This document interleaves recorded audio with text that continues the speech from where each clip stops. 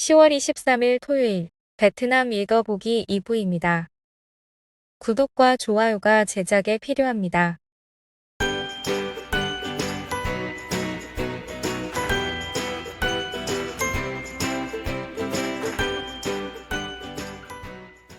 천닥푸 부교수 겸 박사, 하노이 헬스장과 영화관 개장하기에 충분히 안전. 푸 박사는 시가 이런 완화를 고려할 수 있지만 몇 가지 필수 조건이 따라와야 한다고 했습니다.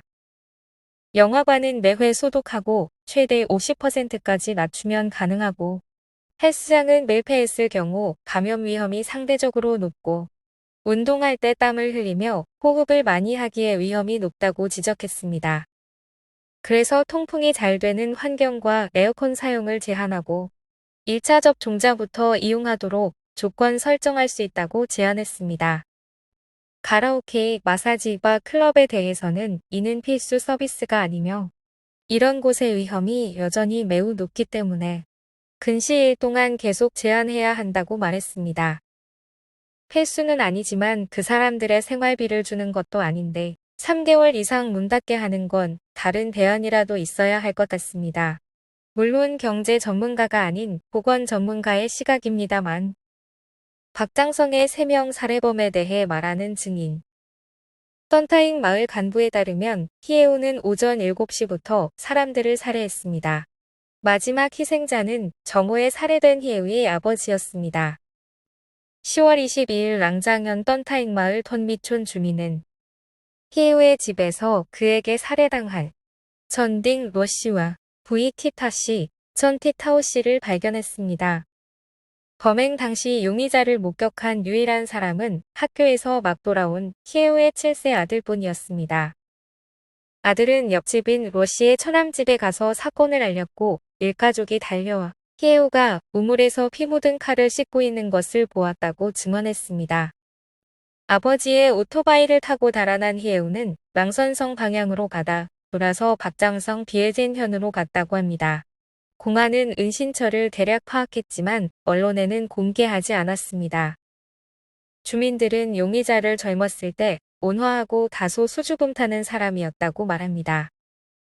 고등학교 졸업 후 군복무를 마치고 아버지에게 전자제품 수리 일을 배웠지만 배움이 느려 혼나기 일쑤였다고 합니다. 그는 랑선성에서 결혼해서 2명의 자녀를 두었지만 2015년 아내에게 중상을 입혀 고의상해 혐의로 6년형을 받았고 이혼하여 자녀 1명을 로씨가 돌보고 있었습니다. 10월 13일 히에오는 형기를 마치고 출소했지만 아무에게도 말하지 않고 가족도 몰랐다고 합니다. 어제 제목만 보고 3명 살인 사건이라 해서 그냥 넘겼는데 생각보다 더 심각한 사건이네요. 다낭시 수옥동 물건 훔쳐 애인에게 타 지역 배송 부탁해. 코로나19로 인해 자재 창고가 폐쇄된 것을 악용하여 텀은 수옥동의 상품을 훔쳐 고가에 팔기 위해 애인에게 포장 및 다낭에서 하노이 흥행까지 배송을 부탁했습니다. 2021년 9월 매드씨는 코로나19로 폐쇄 3개월 만에 껌내군 의무엔 귀등로 85번지에 장비 창고를 재개장했는데 수백 개의 인터넷 네트워크 설치용 제품이 날개도 없이 날아간 사실을 발견했습니다. 검내군 공안은 텀이 종종 창고에 갔기 때문에 인터넷 설치 기사 con꽁텀을 취조했습니다. 그는 5월 5일부터 8번이나 창고에 가서 물건을 훔쳤는데 처음 2번에 가져온 120kg 이상의 광섬유 장비를 고물상에서는 180만 동으로 값을 후려쳤습니다. 그때 인터넷 광고로 흥행의 누군가가 고가에 사기로 하자 텀은 인터넷 장비 280개를 훔친 후 애인에게 배송해서 470만 동에 팔게 했습니다. 이후에도 계속 주문을 받아 같은 방식으로 3,900만 동을 벌었습니다. 이로 인해 피해자는 2억 동의 손실을 입었다고 합니다. 다낭, 월 2만 명의 해외 관광객 맞을 것으로 예상. 다낭 관광부 임원들은 심각한 전염병 상황에서 다낭이 해외 관광객을 맞이하기 위해 개방하지만 위험을 무릅쓰며 진행하지는 않을 것이라고 강조했습니다. 안전이 최우선 순위이고 해외 관광객을 환영하지만 위험과 바꿔가며 할 것은 아니라는 것이 다낭관광부 부국장 응우옌선 빙의 의견입니다. 푸르마 리조트 다낭은 수십억 동을 투자해서 감시 카메라와 수십 명 체온을 측정하는 기기를 설치했습니다. 라이즈 마운트 프리미어 리조트 다낭은 직원들의 전염병 통제 및 예방을 위해 다낭 의료진을 초빙해 대응 조치를 교육시켰습니다. 빙 부국장은 러시아, 한국, 태국, 일본 같은 질병 통제가 잘 되는 국가가 잠재적 수요가 있다고 판단한다고 합니다. 결론적으로 안전하게 천천히 개방할 것으로 읽히는 발언이네요.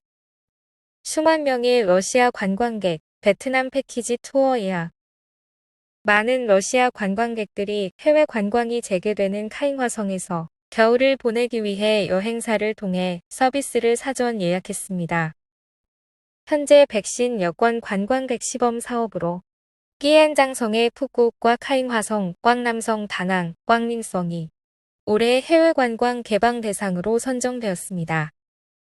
아넥스 베트남 대표는 아넥스 투어 러시아와 아주르 항공과 협력하여 패키지 투어를 만들었다고 합니다. 납장 7플러스라는 패키지로 백신 여권 소지자는 깜롬현 바이자이 해변이 지정 리조트에서 최소 7박의 투어를 하는 코스입니다. 해당 기사는 러시아 관광객을 유치한 아넥스 베트남과 카잉화성에 대해 대단한 듯 묘사하지만 흥미로운 점은 바로 전에 소개한 다낭의 관광부 부국장은 인터뷰에서 아넥스 베트남 같이 4,000명을 데려오겠다는 제안 같은 것이 잘못된 신호라고 찍어서 비판했다는 점입니다. 안전이 먼저라는 다낭 대 관광경제부터라는 카잉화성, 과연 누가 오를지 궁금합니다. 아넥스는 다낭에도 비슷한 오퍼를 했었습니다. 제안을 못 받아서 저런 말 하는 것은 아닙니다. 동나이성, 무상 복권 판매 및 좌석수 50% 이하의 식당호 영업 허용. 동나이성은 식음료 서비스 매장의 좌석수 50%의 영업, 노점상과 길거리 복권 판매의 조건부 영업을 재개 허용했습니다. 10월 23일 동나이성 인민위원회는 지침 20호를 발표하여 10월 24일 0시부터 50% 이하로 식음료점의 홀영업을 허용했습니다. 그 외 가라오케, 클럽, 마사지, 스파 등은 계속 중지되지만 이발소와 미용실은 방역조치 하에 영업 허용됩니다. 리조트, 숙박시설은 방역 책임 하에 계획대로 운영하며 박물관, 전시회, 도서관, 영화관은 최대 50%까지 운영 가능합니다. 오늘의 뉴스는 여기까지입니다. 행복한 주말 되시길 바랍니다. 요즘 코로나 소식이 줄어서 저도 뉴스에 변화를 줄 생각입니다. 좋은 의견 있으시면 언제나 댓글로 부탁드립니다.